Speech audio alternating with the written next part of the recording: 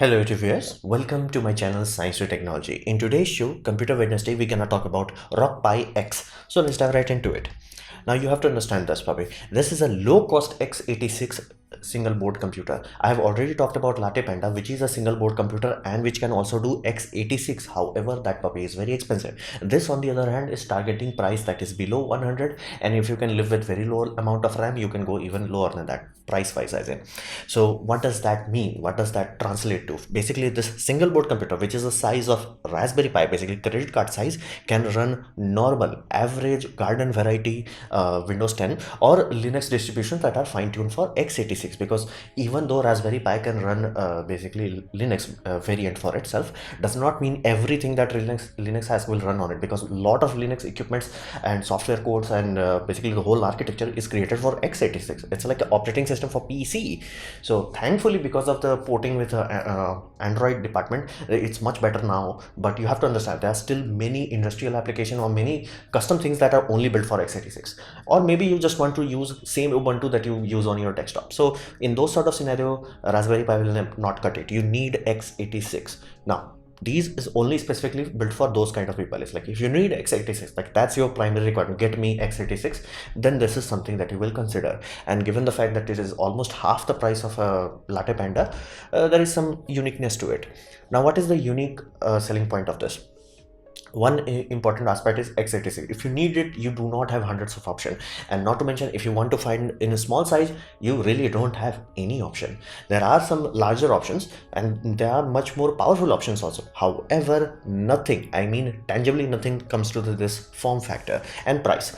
So that's the whole point. So imagine it this way: you already imagine your project utilizing something credit card size, and you're like, oh damn, Raspberry Pi is not basically not gonna cut it. I need x86. This is the only suitable replacement. It has full size HDMI, which I truly like the idea, simply because even though you can have two displays, Raspberry Pi is not powerful enough to technically actually run two displays. And even if that, you can easily have one full HDMI and another smaller one. It's like, why the heck both of them? And that really irked me to see that in Raspberry Pi 400. It's like, dude, you have a new PCB completely redone with lot of empty space. Why the heck it does not have full size HDMI?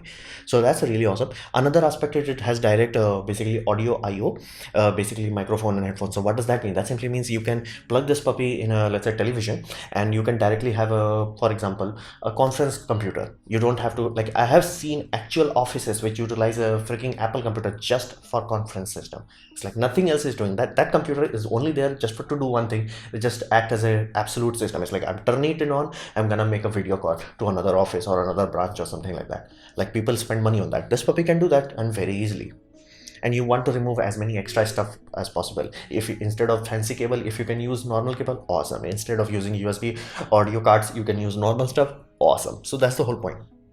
And it also has real-time clock, which means if you want to turn it off and on again and again, that will become much more manageable on this puppy compared to a Raspberry Pi. It also has gigabit LAN, so basically if it has Wi-Fi, it has Bluetooth, but again, if you truly want to utilize this to its full potential, you would go with basically Ethernet system. Again, you can utilize Wi-Fi also, but Ethernet is like, stable option. Now, what about the performance? It has x86, it has credit card size. What about the performance?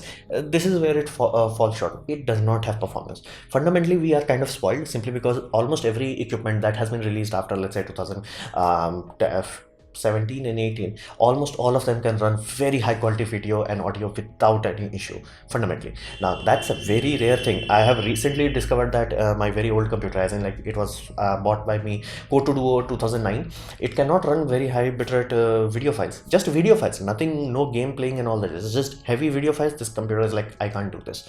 And that's a real thing. We have did a lot of research and development into video playbacks. This puppy does not have that advantage because it's utilizing 2016 low-end CPU from Intel. Basically, if they had used high-end CPU from that era, still would have worked, but because they used a low-end equipment of that back in those days, it's fundamentally useless. So that Intel Atom X5Z8350, now you might be like, why the heck this sounds so low? And it is low-end. It is fundamentally was made for netbooks, so to say, not even full-fledged laptops, netbooks.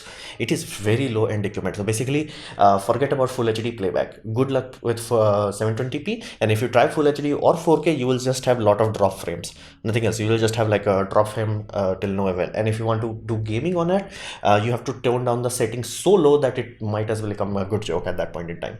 So be mindful, performance wise, this is not YOLO in terms of performance. It's really not, like compared to laptop panda, this is like half. However, what would be the use of it if it can't do video playback? Now, be mindful, video playback is a very crucial part if you want to do a media center PC. But if you don't want to do media center PC, this is more than good enough at that point in time.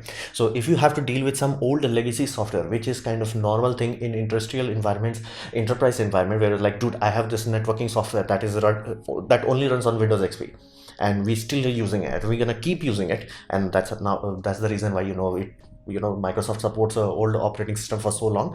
It's like there are many people who simply do not switch from legacy software. In those sort of scenario, you will be happy with this. And heck, you could do network testing, because many times network testing requires you to run a computer 24/7, where it's like, okay, I'm monitoring everything going in and going out. That does not need a lot of computational power, but does require something that runs 24/7. This puppy can do that on very little of power consumption. That's awesome. You can do remote PC, basically, if you have to monitor a lot of PC, or if you have primary PC somewhere else doing some heavy workload, but you want to monitor it from somewhere else, you can utilize this as a tiny client PC. It's more than good enough for that. So that's the whole point. It's a pie for Windows, so to say. Do not think of it as a, next computer, like I'm gonna place this behind this TV and this is gonna be awesome. Yeah, it's not meant for that. It cannot do that. However, if you know what you're doing with this, it can do some unique things that are well suited for this kind of form factor, so to say. Now, what we can expect in the future. Now, one thing you have to understand, I specified in last video, there is a lot of potential in this. So you have to ground your expectation based on this one reality. This is a first gen product. Like, think of this way, Android 1. Was it even comparable to what we have today? Because this was a joke, this was a laughing matter compared to how smooth and how capable an iPhone was. Like, there was not even a single competition. Now you may say a limitation, like it did not have limitation, or a weird limitation of iPhone. I get that, but point is, as in like a device that was smooth, like they had to scrap this project and like, okay, let's redo it again as quickly as possible. So, but look at Android right now. It's tangibly much more better, like in terms of raw compute performance, in terms of efficiency, in terms of what it can do overall. Like at this point in time, Android is on a whole different ballgame. Now it takes time to reach there. Same will happen with this system also, because single board computer are now a big thing. And given the fact there are multiple companies investing into it, given the fact that most companies are successful rather than bankrupt, that means there is a lot of growth in this. So a lot of money being poured into it, and a lot of successful utilities are coming out of it. So there is a lot of potential that is market wise also. It's not just like, oh, niche tool that never gonna become mainstream. This is becoming mainstream day by day. So there is a lot of potential for tech enthusiasts. Like, people have made some amazing equipment with this. Like, imagine it this way, you made a tablet kind of system which has a 5 or 7 inch screen with keyboard and mouse. Done. Like, you could do that today. You can do that with Windows. Now again, it won't be the latest and greatest in terms of performance, but it will be good enough. And imagine if they are achieving this today, what they can achieve in a few years from now. Now, biggest problem with x86 is simply lack of competition.